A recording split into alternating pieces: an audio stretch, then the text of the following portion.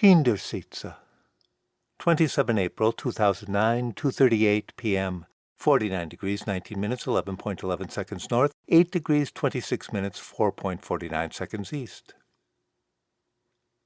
While the rest of us have been enjoying an immense and immersive swim with the dolphins in the IMAX Dome, Lambert has been doing some online searching, on my laptop, of course, using the museum's surprisingly expensive Wi-Fi, and he's found something very interesting which he's eager to share with me after the movie. "So what did you find out?" I say. "I have learned many things," he says, "but first there's something important." He minimizes the window as I approach. I grin and shake my head. "Lambert, Lambert," I say. But then I realize he's not hiding something from me. He's hiding it from Bertha. He waits a minute until Conrad takes off running toward some antique fire wagons, Fire-verse somethings, and Bruno chases behind him. Bertha takes a few steps in their direction and watches tolerantly as the 3-year-old kid and the 30-year-old monk play hide-and-seek among the wire wheels of the old red trucks. Once Bertha's back is turned, Lambert opens the window on my laptop. It's YouTube, with the sound off. He's watching the Pope's video with closed captions in German, the one where Gregory asks his boss, that would be St. Peter up in heaven, if you're not familiar with the organization chart of the Catholic Church, for permission to excommunicate Henry. Apparently Lambert has never seen it before, and it has him kinda agitated. I, on the other hand, have already seen this YouTube at least a dozen times, not to mention all the spin-off memes and the related content, such as the auto-tune parody of Henry's original drunken voicemail, the one where he tried to fire Gregory and basically kicked the investiture controversy into high gear. So I just try to keep Lambert calm and get him back on task. "That's the world we live in," I say. "It's no secret. The Pope says Henry's a heathen and nobody has to obey him. Gregory doesn't quite come out and say that the German princes have a Christian duty to rebel, but close." I can't tell whether Lambert is excited or upset by that idea, so I steer the conversation in another direction. "So what about those German child safety laws?" I say. "Remember the stuff I asked you to research?" And it turns out that Lambert has 5 other browser tabs open, and he's discovered that those laws are very strict indeed.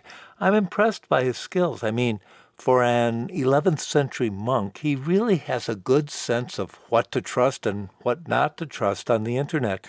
In fact, this improves my opinion of his original historical work.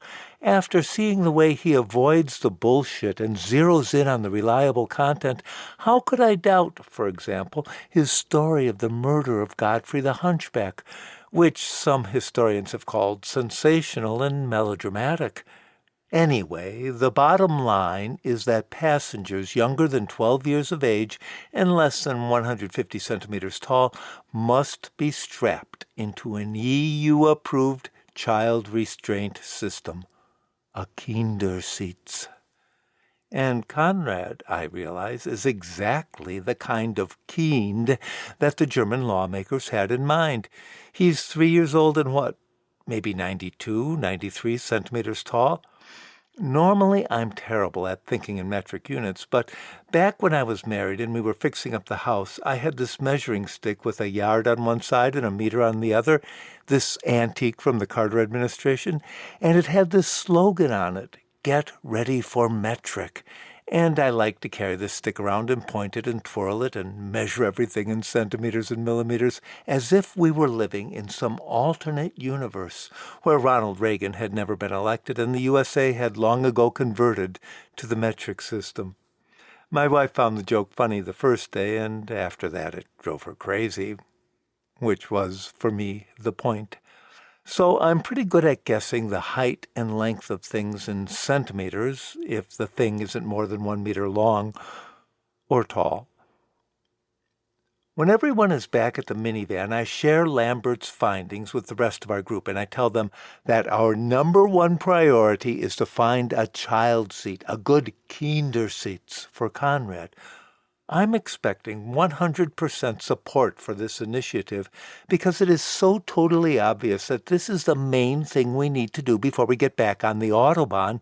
So I'm kind of surprised when Bruno starts giving me a hard time. He's saying that contemporary laws shouldn't apply to Conrad, who is, after all, the Duke of Lower Lotharingia, not to mention the son of the Kaiser.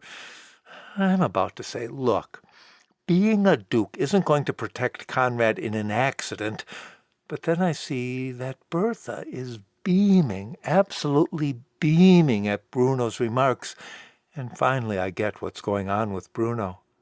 He's just trying to impress Bertha. Okay, I'm going to have to make an executive decision on my own. I tell them this is a no-vote issue. If Conrad is going to ride in my minivan, he's going to use a car seat, an EU-approved Kindersitze. No more questions. That's the way it's going to be. So now I'm driving past the cathedral again, looking for a Neckerman's store around here someplace that's supposed to have a huge selection of Kindersitze. And here we are in the Island Neckerman's. There's a perfectly good, completely certified, EU-approved car seat for 90 euros. Some brand I've never heard of, but it looks solid and well-made. But then Conrad starts shouting, "Cavallo, cavallo," and pointing at the Ferrari model, and Bertha won't have anything less for her little Duke. A Ferrari car seat for 129 euros. Well, that's the power of marketing. That's the Kindersitze I end up buying.